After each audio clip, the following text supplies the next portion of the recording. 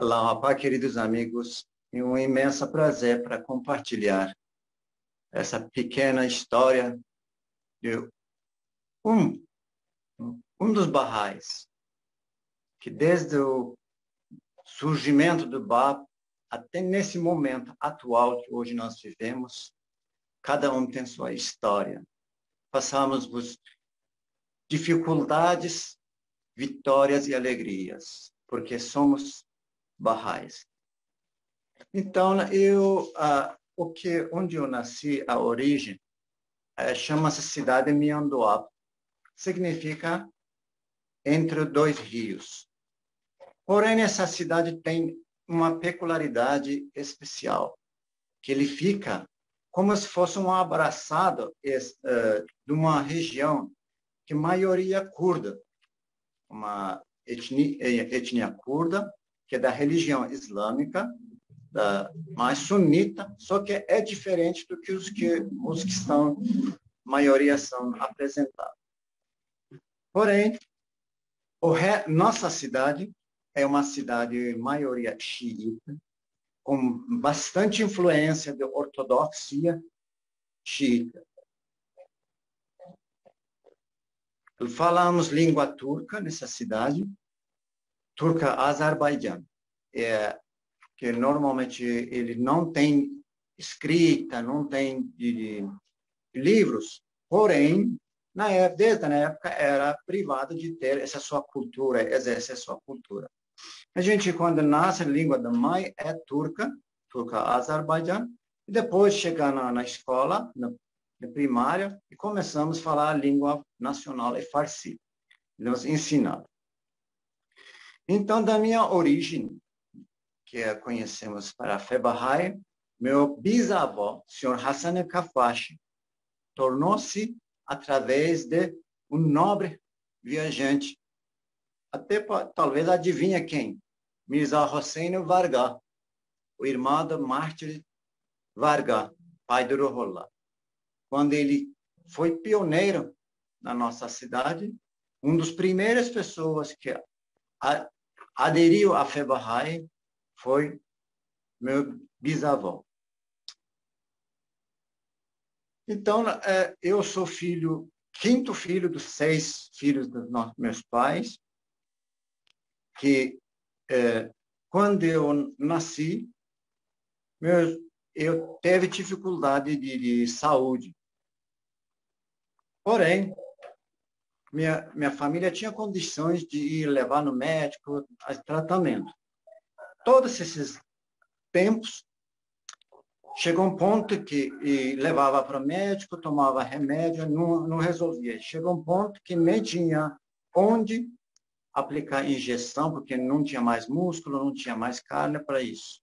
E certo dia, o médico que tratava chamou meus pais, pediu, chama-se Sr. Kafashi. Ele disse, Sr. Kafashi, a partir desse momento, não traz mais esse menino para cá. Porque não tem jeito mais para mim, não tem mais o que fazer. Tudo que era no nosso alcance, fizemos. Agora, só com Deus. Minha mãe e meus pais voltaram para casa com aquele sentimento de realmente tristeza. Fizeram uma vigília de oração e súplica, que não sei até quanto esses sentimentos eles faziam, especialmente minha mãe, quando fazia suas orações e súplicas, ela entoava tão alto que às vezes os vizinhos subiam em cima do muro para saber que de repente o que está acontecendo. Então, dentro de certos dias, meus pais fizeram essa vigília e oração e súplica. De repente, um dia a porta bateu, uma senhora entrou, disse que eu ouvi suas lamentações. O que sucede? Aí minha mãe contou a minha história. Diz que vai lá, prepara um caldo de trigo integral e alimenta ele com essa calda. Não precisa mais leite. E a partir desse momento que eu acho que Deus atendeu às súplicas da minha mãe, né? Mandou seu anjo para prestar essa graça. Porém, quando que eu percebi que era Bahá'í, que tinha mais ou menos ensino primário, de uns 8 anos, quando estudava, no primeiro ano estudei numa escola, porém essa escola fechou ou demoliram e teve que matricular na outra escola. No primeiro dia que nós entrei na sala, tinha 8 anos. Aí eu percebi que tinha um menino que todo mundo batia nele. E eu perguntei o que foi. Ele disse que porque eu sou Bahá'í. Eu falei, eu também sou Bahá'í. Então, nós ficamos no meio da sala, ninguém permitia que a gente sentasse junto, porque considerava impuro. No momento que a professora chegou, entrou na sala, havia a situação, todo mundo sentadinho, nós no meio da sala, sem saber onde sentar. E a professora perguntou o que está acontecendo, e as crianças gritaram, e a gente não quer sentar com ele, tal, tal. Pergunto, por quê? Porque eles são Bahá'ís. E no momento que isto foi, e a professora não teve outro jeito a não ser nos deixar no final no fundo da sala, bem no canto, onde a última cadeira. Nós dois, o restante na frente. Como nós era pequeno, baixinho, então na nossa frente tinha era um pouquinho maior do que nós. Então, tinha dificuldade de copiar o conteúdo da professora para anotar. E toda vez eles faziam até intencionalmente para impedir a gente pudesse anotar ali. E certa vez a professora veio, falou, deixa eu ver suas tarefas. Você fez? Copiou? E a gente não tinha como copiá-lo, porque não impedia. E a gente falou que esses meninos não deixam, e a professora ficou brava, nos deixou castigo. Outro dia, continuando, certo dia, aí eu não aguentei e toquei o menino na frente, falei, ó, deixa eu anotar, porque todo dia acontecendo isso, professora. E esse menino levantou, fez um escândalo, e a professora disse que ele me tocou e agora ele tem que tomar um banho, e eu fiquei sujo. Então, a professora, em vez de defender, pegou o lado deles. Nos expulsou da sala. Esse continuou 5 dias. E certo dia, o zelador que limpava o corredor via nós estar parado, perguntou o que aconteceu. Nós contamos isso. E ele, por sua bondade, foi lá comunicar com meu pai que seu filho está todo dia, ele está lá fora, frio, gelado, e ele não está frequentando a aula.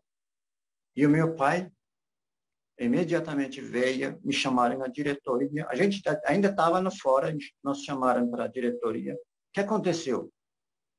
Aí a professora também, no momento que a professora começou a explicar e eu vi que foi lá expressar, aí meu pai me deu um tapa no meu rosto tão forte que até quase caí. Aí ele disse, nunca te ensinei, não fale diante de uma professora. E essa educação nós tivemos em casa. E diante desse momento, minha professora começou a chorar e a diretora falou, vocês vão para a sala, e o professor ficou conversando com meu pai. Bom, o que aconteceu? A professora voltou, nós colocou do mesmo lugar dali, mas arranjou, tirou os meninos da nossa frente, colocou outro. Mas no momento que arranjou, deu uma pontapé nas minhas costelas, que eu caí do banco. Ela teve tanta raiva. A partir desse momento que eu percebi que era Bahá'í, o que é ser Bahá'í. Bom, à medida que a gente crescia, certo dia a gente estava indo junto com meu irmão, Vadir, que mora aqui junto com nós, estava voltando de escola para casa. Aí tinha uma rua que as mulheres, anciões, sentavam na rua conversando antigamente. E tinha uns cachorros soltos ali. Porém, esses cachorros nos atacaram. E uma das mulheres gritou com cachorros que para eles não pegassem a gente ou não machucassem. E outras mulheres imediatamente, não tenha medo não, cachorro não morde cachorro. Que era nós, era considerado como filho do cachorro. Os cachorros não mordem. Então, esses era diariamente acontecia. Escola, todo dia apanhava ou machucava. E às vezes acontecia que a gente começava a nos defender, com molecadas na rua, na saída. E tanto que eu brigava, comecei a brigar, comecei a defender.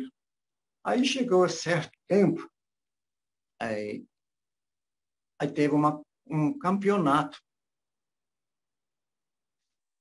Nesses campeonatos de luta grego-romano ou luta livre. Aí, tanto que teve, aí nós de novo chamaram na diretoria por causa da briga, por causa de insultos que a gente recebia a todo momento. Não tinha um dia que chegar na escola com uma roupa nova e não voltasse rasgado. Então, às vezes a gente se irritava, se defendia. Então, a professora viu, professor da educação física, nos chamou. Você de novo está aqui? Eu falei, então acontece isso. Vamos fazer o seguinte, já que vocês gostam de brigar, por que você não participa nesse um campeonato? Ele disse, não sei, não entende nada dessas coisas, não. Não. Aí vai começar quando? Depois da manhã. Aí a gente nunca treina, não sabemos nada disso. Não.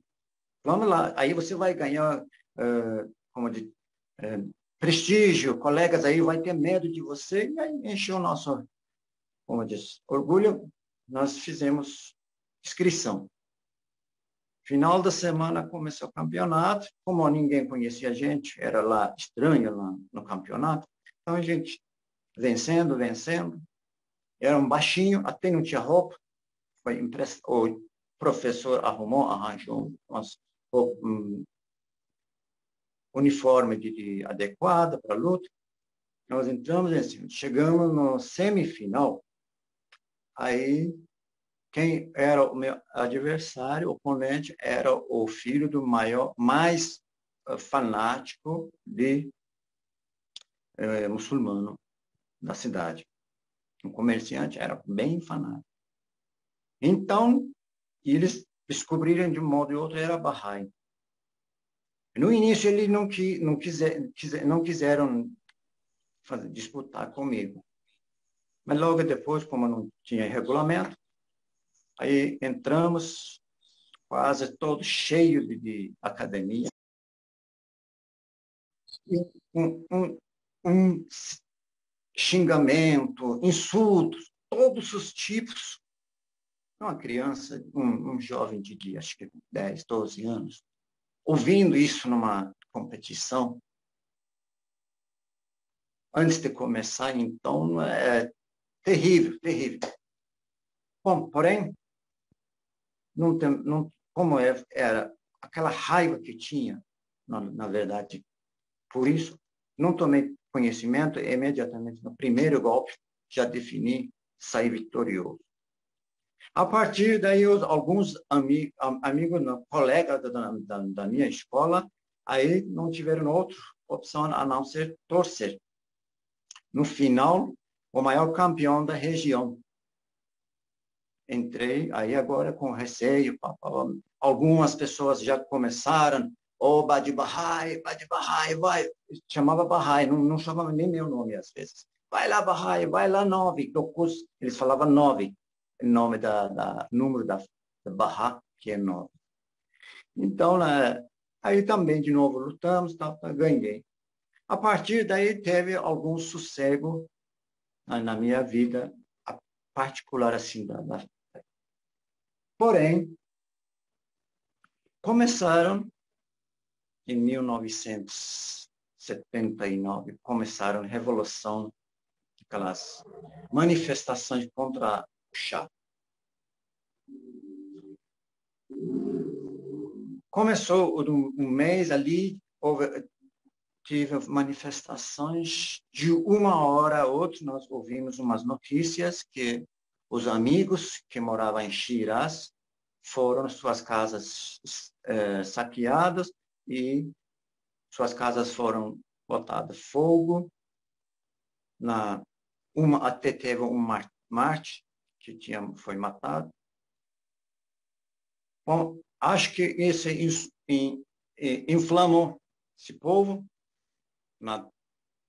Uma semana depois desse episódio, houve uma grande manifestação na cidade. De uma hora a outra, 80 casas Bahá'í foram saqueadas, botaram fogo, chamas em todas as partes. Gritava Allahu Akbar, invadia, quebrava as casas, botava lojas, todo tipo de... Porque aí até a polícia se retirou para não interferir, porque era Bahá'í às vezes, o governo, tal. Então, a cidade não tinha dono, não tinha segurança, não. Então, todas as casas, no primeiro dia, quase mais que metade, foram saqueadas e botadas fogo. No segundo dia, nós achamos que nossa casa, no primeiro dia, foi salvo, porque tinha um sacerdote que morava no fundo da nossa rua, e ele veio e pediu para as pessoas que, como conhecem meu pai, uma pessoa tão idônea, uma pessoa tão boa, então defendeu no primeiro dia. Porém, no segundo dia, por incitação de alguns vizinhos fanáticos, começaram de novo, o resto que tinha as casas. No fim da tarde, 5 horas da tarde, o sol estava impondo. De repente, chegaram próximo à nossa casa, tinha outro Bahá'í. Invadiram a casa dele, tudo, e o nosso vizinho chamava Mir Parviz. O filho dele recém tinha voltado do serviço militar. O costume do iraniano, da nossa região, quando o soldado voltava do serviço militar, por ter voltado salvo e saúde, então ele sacrificava um carneiro, algum animal, e distribuía seu carne para os pobres, necessitados, convidava os amigos para comemorar. Então ele tinha comprado esse ovelha. Ele estava sentado em cima do telhado, de repente invadiram a casa dele, uma pessoa estava maltratando esse ovelha. Meu pai não suportou, estava em cima do telhado, gritou, pelo amor de Deus, você animal, não maltrata esse animal, ele não fez nada. Então, naquele momento, aquele aumentou mais fervor assim, ainda. E eles atacaram esse pai. No momento que o pai foi atacado, o filho dele também percebeu que seu pai está sendo atacado, e ele também foi atrás.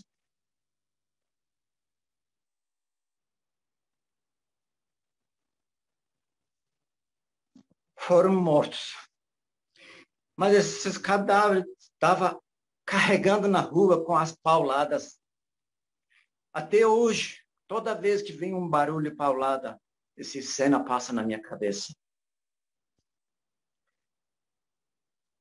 A multidão gritava, morte ao Bahá'í, morte e batia neles.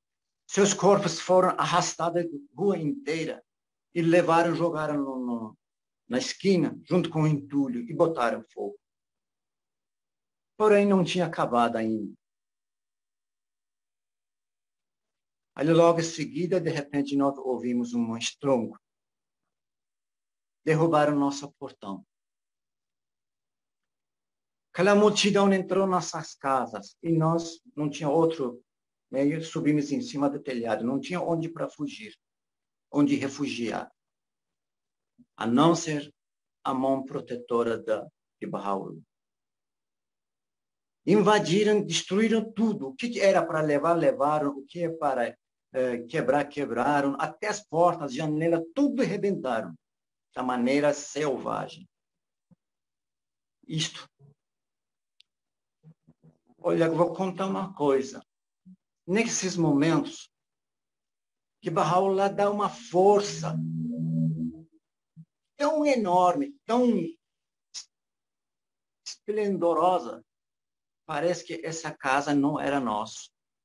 Esses móveis quebrados, esses fogo que saía nossas casas, não era nosso. Não sentia nem um pinguinho de pena ou, às vezes, sentimento, coisa material. Como se fosse a gente estava assistindo um vídeo, uma televisão. Não tinha nenhum sentimento. Até, às vezes, a gente estava, com meu irmão, estava até mesmo dando risada. Destruíram, de repente, não estava em cima do telhado, nas nossas costas, de repente, percebemos que uns valentões, com as paus, facas, machados, na mão, subiram em cima do telhado. Aí nós estava eu, meus dois irmãos, minha mãe e meu pai, estava sentados. E, de repente, eles subiram com aquela voz que nunca esquece.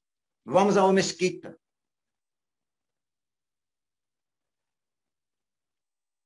E meu pai fala, para onde? Para a mesquita. Aí meu pai falou, olha, meu filho, primeiro, eu acho a mesquita um lugar tão sagrado que eu acho que nesse momento não seria conveniente para entrar lá.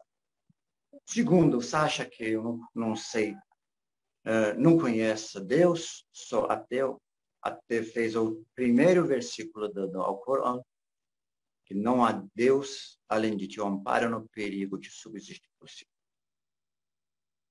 Terceiro, se eu quisesse aderir à sua crença, eu não falo muçulmana, sua crença, e não permitiria que você quebrasse, destruísse minha casa, arrombasse meu patrimônio. Então, nós demos nossas vidas, nossos bens materiais. Eu tenho 3 filhos, eu e minha esposa. Estamos prontos. Se vocês quiserem tirar nossas vidas, por favor. Nesse momento, o sol estava bem baixo, lá no fundo. O sol vermelho, como se fosse ele estava chorando. Aquelas nuvens da outono, com vermelhada. Então, tipo sangue. Realmente, não sei o que deu. De repente, tinha um senhor, subiu lá em cima, e eu, tenha vergonha disso. Desce, vamos embora. E eles desceram. E nós também descemos para nossa casa. Mas não tinha nada. Era começando a escurecer, frio, nem comida, nem água, tudo estava destruído. Nós começamos a ajeitar, fechar pelo menos uma janela de uma quarto, tirando entulhos, colocando ali para fechar. Porém, começou frio. E nós estava entulho e procuramos, achamos uma lamparina. Tinha luz e energia, mas sempre a gente tinha uma lamparina reserva. Porém, essa lamparina não tinha vidro, tudo quebrado. Aí ela acendeu, mas toda hora vento. Fazer o quê? às vezes os milagres acontecem. Acredita o vidro de lamparina, que era o mais fino que existe. Talvez com um toque do dedo quebra. Esse vidro inteirinho estava no meio do entulho, no meio do quintal. Quando achamos esse aqui, ficou tão feliz da vida, como se fosse, achamos o melhor tesouro do mundo. E fomos lá, colocamos, acendemos essa luz.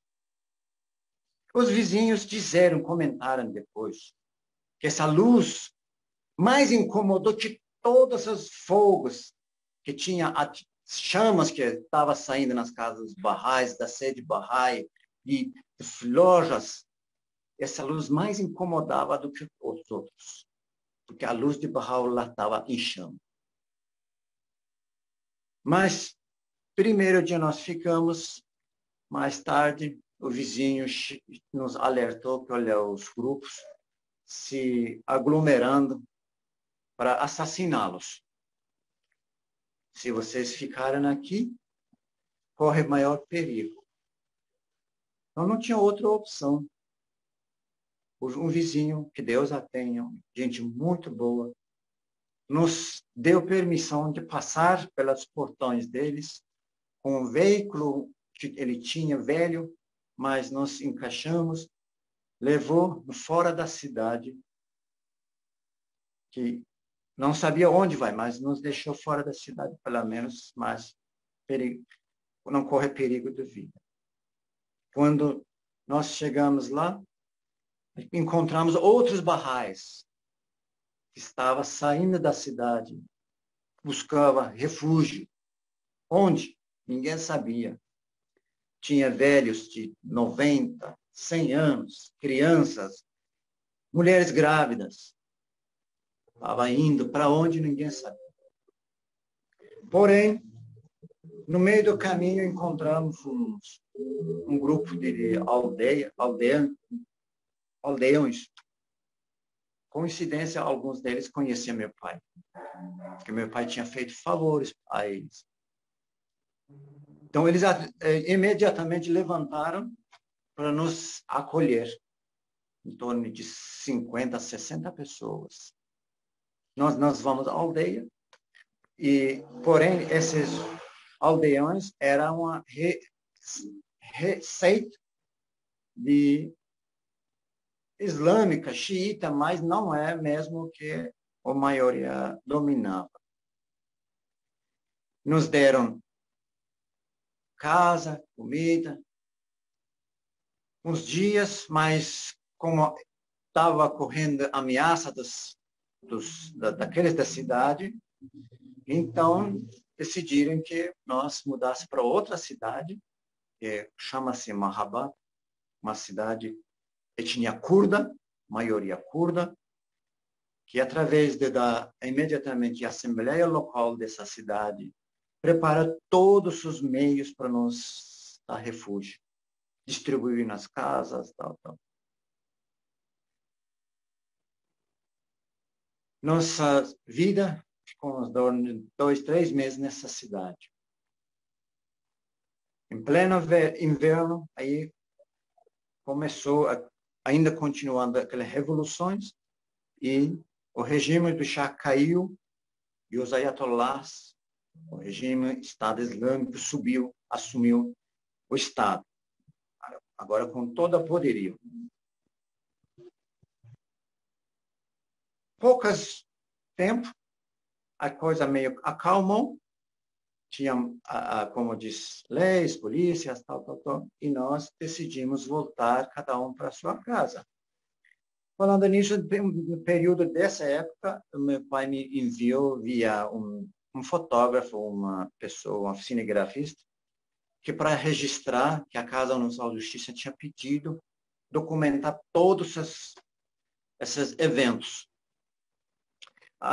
Esqueci, desculpe, que os que foram martirizados dentro de casa não seria nem mais nem menos que uma família nobre. Talvez a maioria conheça. Os descendentes da família do Bab. Mir Parviz e seu filho Khosrow Afnan. Que Deus a tenha eles, que com certeza o nome deles estão escritos nas anais das religiões.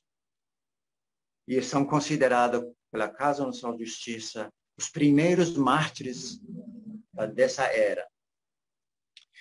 Bom, nós voltamos à nossa cidade, começamos nossas vidas, porém teve uma coisa uma mudança radical nas nossas vidas, no nosso retorno.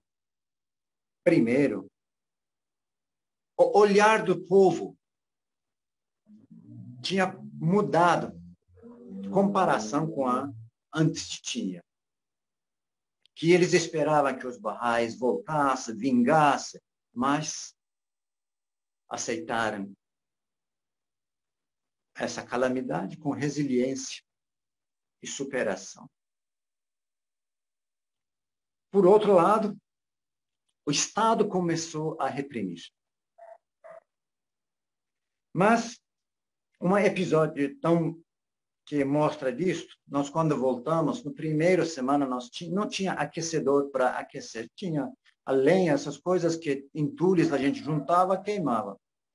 De repente, teve sorteio na mesquita do bairro, e eles tinham premiação do aquecedores. Alguns vizinhos, sem a gente saber, colocaram nosso nome como participantes. Olha que coisa, tinha mudança. Sorteio, adivinham quem saiu sorteado? Fomos nós. E um dia bateram na porta, entregaram aqui um aquecedor. Mas minha mãe disse que eu não comprei. Não, vocês foram sorteados. Mas sorteado eu não participei. Eu falei, não. Teve as pessoas gostam de vocês, fizeram isso por vocês. Era uma mudança quase 180 graus do sentimento da população. Uns olhavam com a pena, outros olhavam os olhares realmente de compreensão que há algo maior. Uns perguntavam sobre o que é a fé Bahá'í, outros amaldiçoavam eles mesmo, mas a vida segue. E logo começou a perseguição sistemática do Estado. E a primeira coisa que aconteceu, naquela cidade que nós fomos refugiados, o coordenador da Assembleia, que deu todo apoio para a comunidade Bahá'í, fez um papel de suma importância. Logo em seguida, o Estado prendeu ele. Prendeu e veio um ayatollah, como diz os sacerdotes de justiça, veio, dentro de meia hora fez 3 perguntas. O nome dele era Bahara Vojdani. Você é Bahá'í? Ele respondeu sim. Tem 2 opções. Ou você nega a sua fé, volta a viver sua vida, ou você não tem outro. Você já está condenado. E ele diz, isso não me importa. Eu não vou trocar uma vida eterna por uma migalha de alguns dias. Não sei se sair daqui amanhã ou talvez 10 dias depois sofro um acidente ou alguma coisa. Eu posso morrer qualquer um. E esse ayatollah assinou sua sentença. E foi. À noite, o carcereiro que era o amigo, conhecia essa nobre pessoa, o senhor Bahar, chegou e falou, olha, é o seguinte, sua sentença foi dada, E amanhã, de manhã, você não tem outro jeito, você vai ser obrigação de nós executar, vai ser executado. Falei, não tem problema. Falei, vou o seguinte, por que você não vai para casa se despedir de sua família? Achou estranho. Como é que eu for sentenciada à morte e me manda para casa? Mas sim, o juiz autorizou isso. Mas não era nada, não. E ele pensava que realmente, se esse homem saísse daqui, e não voltaria, porque sabia que era executada amanhã. E ele vai para casa, visita toda a família, escreve seus testamentos, faz suas orações, toma um banho, coloca a melhor roupa que ele tinha. Melhor roupa que ele tinha. E na hora marcada de manhã, ele toca a porta da prisão, onde eles ficavam. O homem carcereiro não acreditava. Ele depois fez seus depoimentos e disse, nunca vou esquecer alma tão nobre, destemido. Eu mandei ele fugir.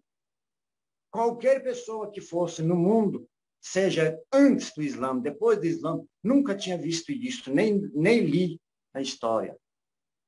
Ele voltou com melhor roupa, perfumado, veio abraçar a morte. E, meus amigos, ele foi o primeiro sentenciado à morte que foi executado, foi martirizado em cidade de Mohabbat. Foi a primeira fruta desse governo que existe até agora, desde 40 anos. Esse foi o mártir mais nobre que já conheci. E no dia seguinte, meu pai, como ele era proibido de participar no funeral dele, qualquer que o Estado era condenado, então meu pai pediu para mim eu pudesse representar ele nessa funeral. E eu, através de um amigo, fui para lá, de manhã cedo, cheguei lá. E quando entrei na entrada do cemitério, tinha homens armados, protegendo, não deixando nenhum adulto entrar. Porém, só poucas pessoas de família. E eu era como desconhecida ali, um magrinho, baixinho. E eu entrei lá dentro, visitei ele no quarto, que ele estava sendo velado. Prestei as orações, homenagem a ele. Um sorriso que ele tinha no seu semblante, nunca esqueço. E um grito de Yaba Haula ali no cemitério ecoou. Nunca tinha visto, e talvez nunca vou ter. Eu vou pedir em homenagem desses mártires.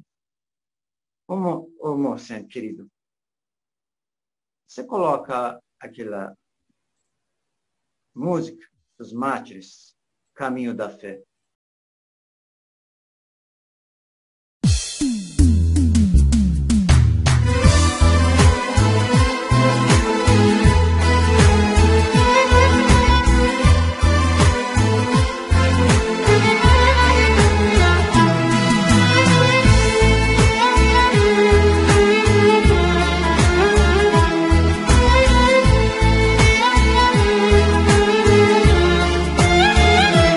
خوشانان که با ایمان ابها ز جان خویش بگذشتند و رفتند ز کالاهای این آشفته بازار شهادت را پسندیدند و رفتند شهادت را پسندیدند و رفتند.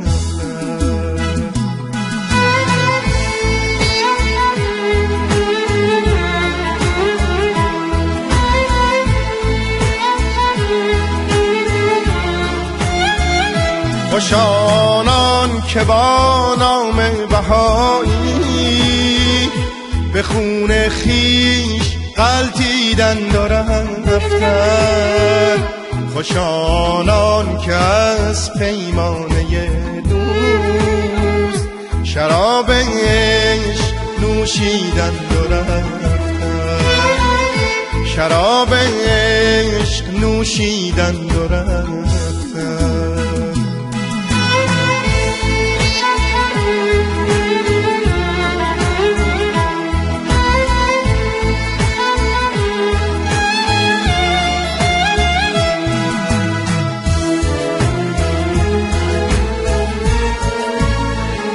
خوش آنان که در راه عبادت زمین سر بوسیدند و رفتند.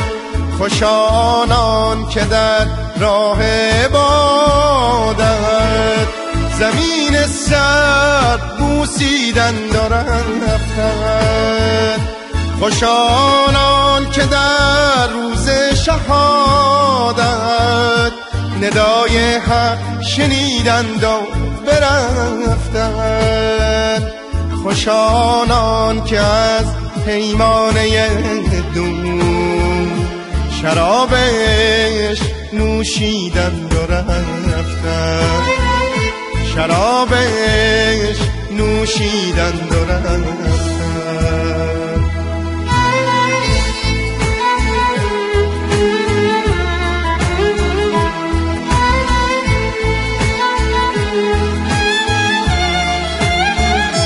خوش آنان که با ایمان به ابرها ز جان خویش بگذشتند و رفتند. ز کالاهای این آشفته بازار شهادت را پسندیدند و رفتند. شهادت را پسندیدند و رفتند.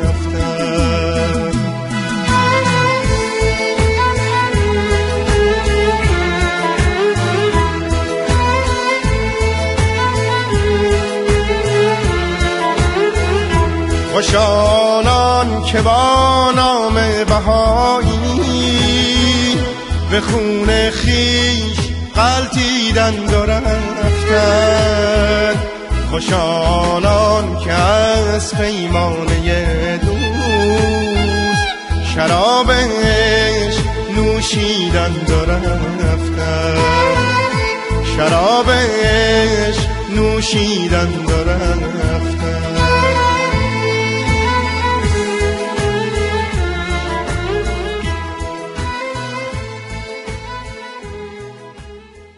A partir desse momento, que martírio do senhor Bahar Gojdani, então chegou na vez da nossa assembleia local do Miandop, nossa cidade, que meu pai, junto com os 8 membros da assembleia, foram capturados e levaram à prisão, em torno de ficaram mais ou menos 8 meses em prisão. E numa prisão, num lugar somente deles, eles tinham plantado aquelas pedras no chão, igualzinho a gente viu semana passada no São Paulo. Para eles, na verdade, é um tipo de tortura para os Baha'is. E no final, eles pediam que nós negasse a nossa fé, meu pai e os outros. Nenhum deles, com maior firmeza, jamais negou. E depois de 8 meses, com a fiança, foram libertados com a promessa que nunca mais participar nas atividades, como atividades pela ordem de caso um só justiça era suspenso. Então, ficou por isso. Aí, agora chegou que essas provações eram mais coletivas. Lembra que eu tinha falado que eu lutava, tal. Porém, depois que voltamos ali, eu cresci, e os técnicos, os diretores da esporte, Secretaria de Esporte, de novo chamaram para competições regionais, estaduais, nacionais, até, quem sabe, internacionais. Aí, eu evoluindo nessa luta, ganhando, perdendo, chegou uma vez uma seleção para campeonato mundial de juventude. Eu tinha 17 anos. Nesse campeonato, não vou estender detalhes, mas nesse campeonato eu participei, ficou entre os três selecionado para o campeonato mundial.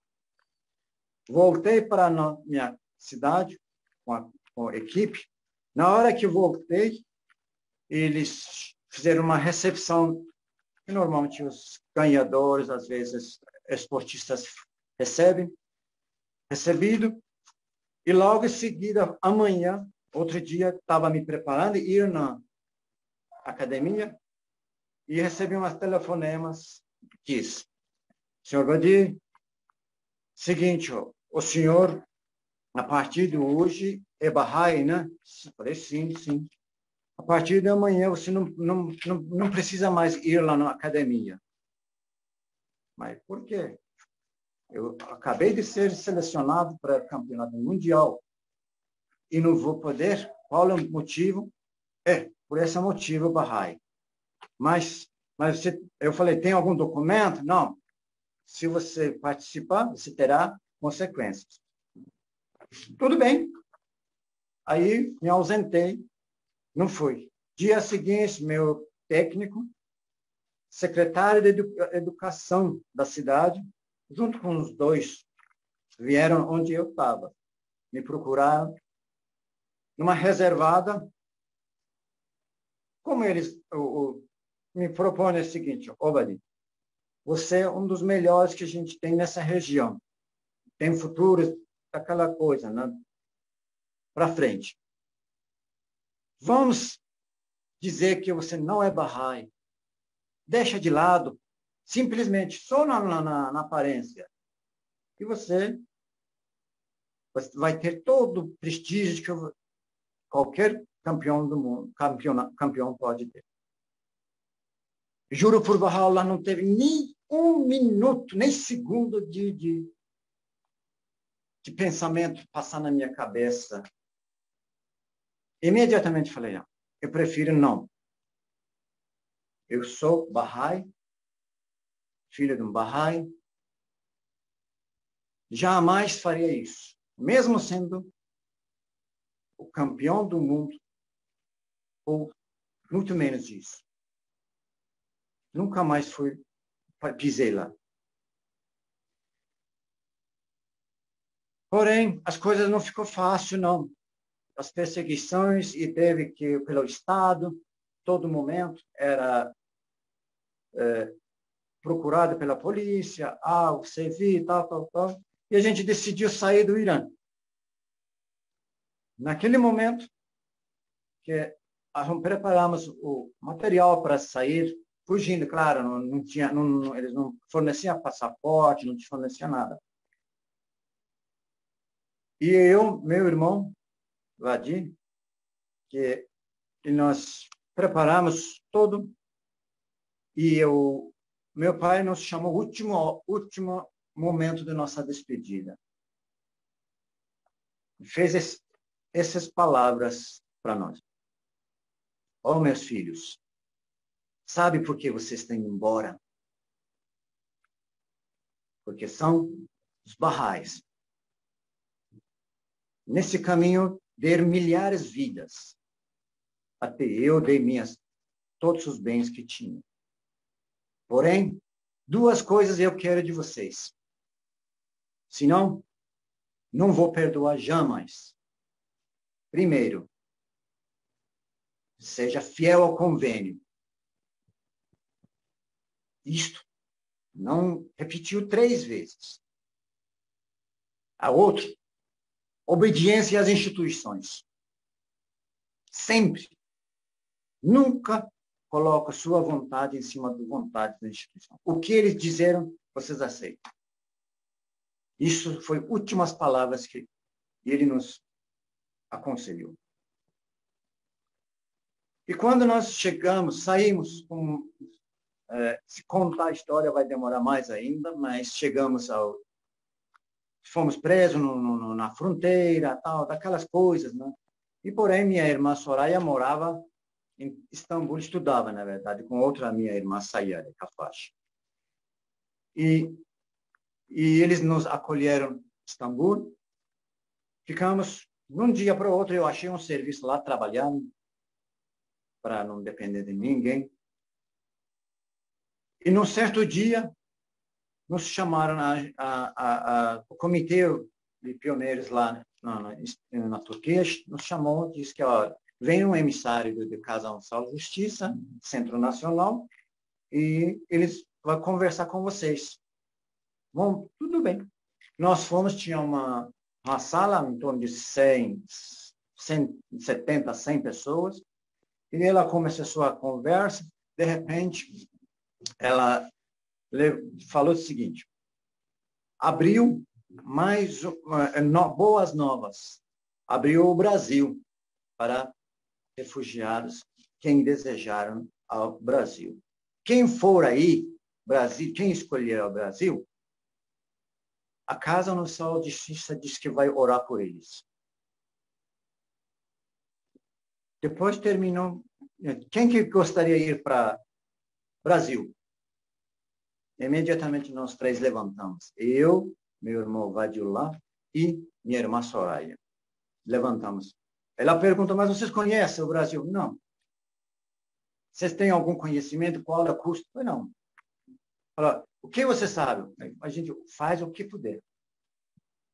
Nós não vamos pedir nada. O que a casa pediu, nós vamos. E, rapidinho, nós fizemos o processo de refugiado, papelada, junto com a Assembleia Nacional do Brasil, o Comitê Pioneiros, fizeram seus preparativos. Durante um ano, exatamente um ano, véspera do Nowruz, nós viemos para o Brasil. Mas, antes, falamos que nós, antes de sair do Brasil, talvez não tenhamos outra oportunidade para... Nós chegamos na presença do nosso bem-amado, a casa do Amrullah, em Adrianápolis. E nós fizemos uma mini peregrinação, com todos os ritos necessários, e fomos lá. E fizemos orações e pedimos agradecimento toda, que nós fortaleça o nosso caminho em obediência ao convênio. E nos não deixa nem as dificuldades e as turbulências da vida nós possa enfraquecer. E nessa cidade, é melhor o Mohsen explicar sobre o Sheikh Bahá'í. Sheikh Bahá'í era uma pessoa que há 3 a 4 séculos antes da manifestação de Baha'u'lláh, por pesquisa própria, ele descobriu que o maior nome de Deus é Bahá'í. E ele muda o sobrenome dele por Bahá'í. Então, Sheikh Bahá'í é famoso, tem ruas no Irã e tudo mais. Só que ele não sabia, né? Ele descobre que o maior nome de Deus é Bahá. E 3, 4 séculos depois, Baha'u'lláh se manifesta. E aqui está um vídeo que eu vou colocar agora para vocês, legendado. É um poema que ele cita, do qual ele fala da sua visão, do seu coração, do que viu e como que está a humanidade.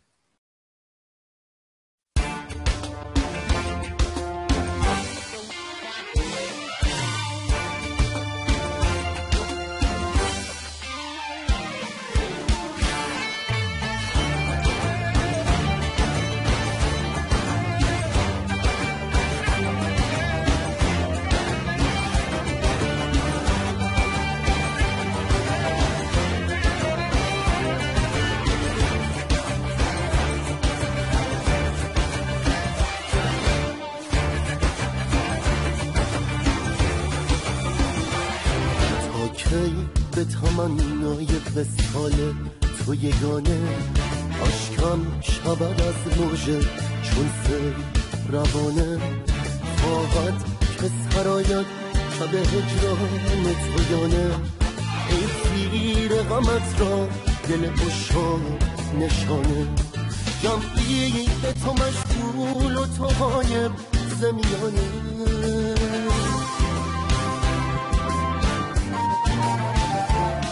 جمعی به تو مشغول و تو غایب زمیانه.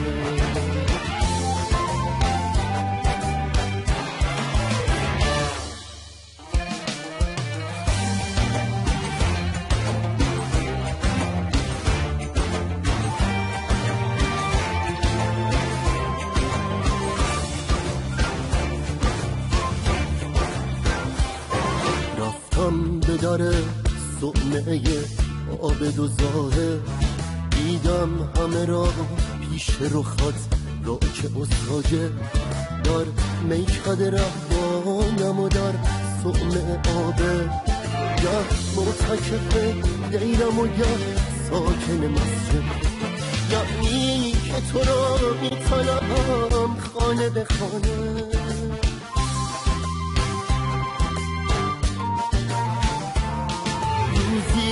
که برفتن حریفان پی هر کن، ظاهر توی مسجد شد و من جانب خمام. من یار طلب کردم و او جلوه گه یار. حاجی به ره کعبه با من طالب دیدار. او خانه همی جوید و من صاحب خانه.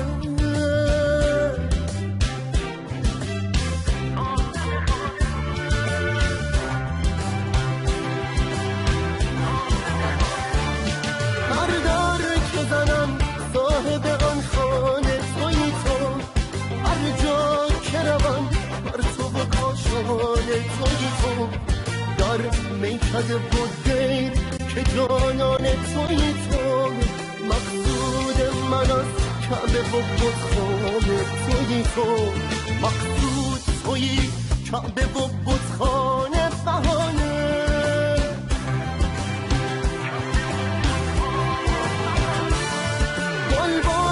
چمنزان گل رخسار نشاندی، پروانه در آتش بود و اسرار عیاندی. عارف صفت وصف تو در پیر و جواندی، یعنی همه جا عکس رخ یار تواندی. دیوانه من که روم خانه به خانه.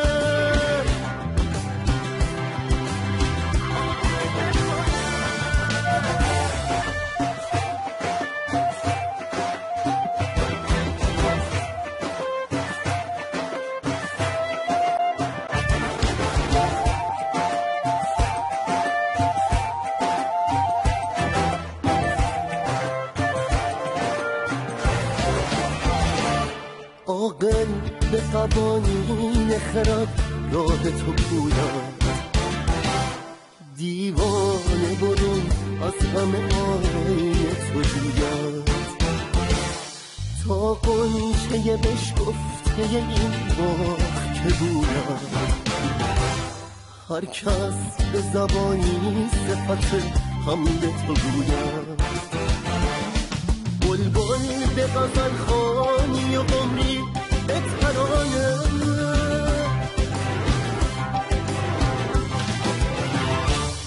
بیچاره بهایی که دلش زار غم توست.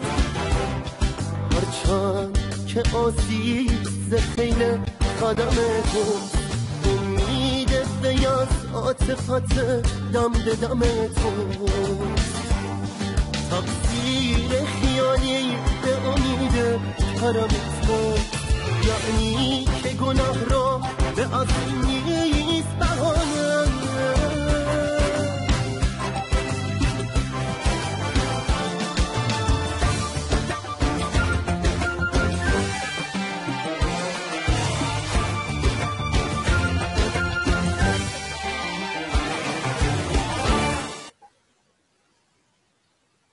Ok, quando nós chegamos ao Brasil, Na verdade, não havia no caminho, não tinha nenhum receio, porque sabíamos que uma família nos espera, família Bahá'í, Mundial Bahá'í nos espera. E quando chegamos ao aeroporto, não precisou nem se apresentar. Uma alma iluminada, senhor Jamshid Basiri, de repente, de longe, estava vindo, e com um sorriso, e nós percebemos que nossa anfitrião estava nos buscando, nossa família veio nos buscar. E nós levou para a sede local da São Paulo. E os lá amigos nós fizeram tanto de carinho, receberam com tanto respeito que nós nem sentimos que era estranho. Porém, o comitê um dia nos chamou, dizendo que como o nosso, percebemos porque que o nosso pai tinha falado aqueles 2 conselhos supremos, que obedecer às instituições e fiel ao convênio. E disseram que o que vocês têm recursos, trouxeram algum recurso, vocês têm? Não, sim, nós tinha todo recurso, um recurso financeiro, algumas economia que tinha, falamos daqui. Entregamos na mão do Comitê Pioneiro.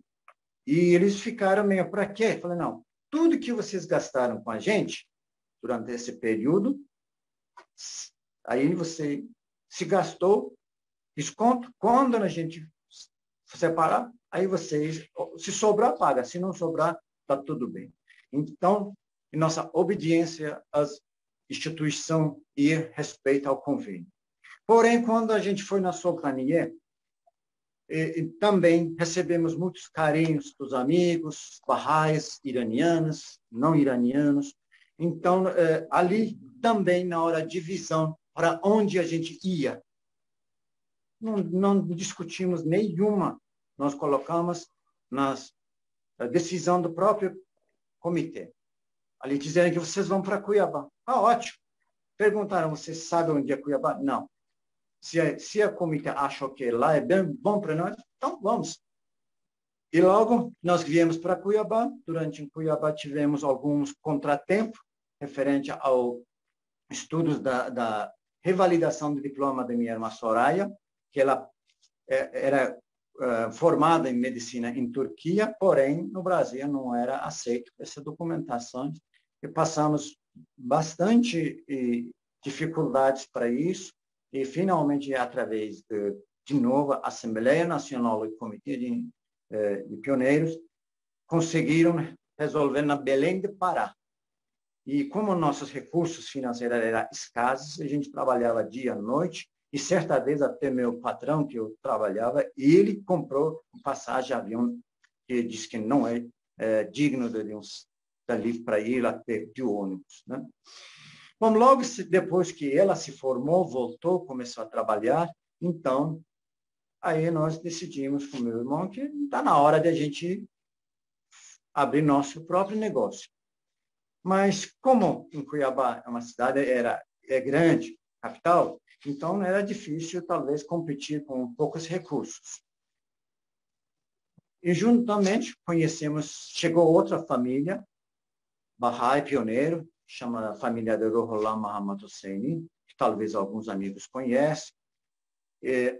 Fizemos uma parceria, procuramos cidades que possa ter o polo, cidade polo, e tenha futuro para crescimento. Então, escolhemos para fazer pioneirismo. E graças a Baha'u'llah, nós tivemos bastante êxito, especialmente no campo de ensino, no campo de divulgação da fé, e teve a honra de participar no reconhecimento dos dias sagrados da fé Bahá'í pela cidade, pelo município, uma lei municipal que a fé Bahá'í reconhecida e suas feriados como um feriado Bahá'í. Também participamos quando o Instituto foi lançado, evento, participei na inauguração do Templo do Chile, teve a honra de Baha'u'llah me permitir fazer peregrinação 2 vezes, conhecer maravilhosas pessoas. realização de aniversário da abençoada beleza Bahá'u'lláh centenário, uma sala cheia de 150 pessoas, realmente esses momentos que é como diz, nossa frutos. Também fizemos o aniversário do centenário do BAP. Quando nós fizemos o centenário do BAP, era uma era que era politicagem muito, e poucas pessoas vieram, mas teve quase 70 ou 80 pessoas. E nós fizemos apresentações, logo em seguida era o Semana Cultural da Secretaria de Cultura da cidade. E eles eram convidados, mas por meios outros eles perceberam ou acharam que era muito boa apresentações ali, nos pediram para participar na praça pública, no dia dos comemorativos do Natal e cultural. Então, teve, pela primeira vez, com todos os sons alto-falantes, ecoando Ya Bahá'u'lláh nessa cidade, centro dessa cidade, participações das pessoas, todas as camadas. Tivemos uma palestra, músicas, apresentação de teatral, foi uma maravilha. Isto é a maior conquista que eu, junto com a minha família, esqueci de falar, eu cheguei no Brasil, como é correria, a gente deixando para trás. Casei, tenho 2 filhos, uma maravilhosa família, a minha esposa, que é Git Mahalat, uma nobre família da cidade Yazd, a cidade dos mártires, e tenho 2 filhos maravilhosos. Um deles casou com outra família renome no Nordeste, na Maceió, família Cardoso. Isto é a história bem curta, mas no final, toda vez que eu tinha angústia, tinha sofrimento, contratempo, e eu lembrava e sentava a fazer uma oração. Essa oração, talvez Abdu'l-Bahá, naqueles momentos que tão angustiantes da vida dele, talvez fez. Mas ele vinha ao futuro brilhante da causa, não aqueles momentos fugazes de tristeza e angústia. Muito obrigado, queridos amigos.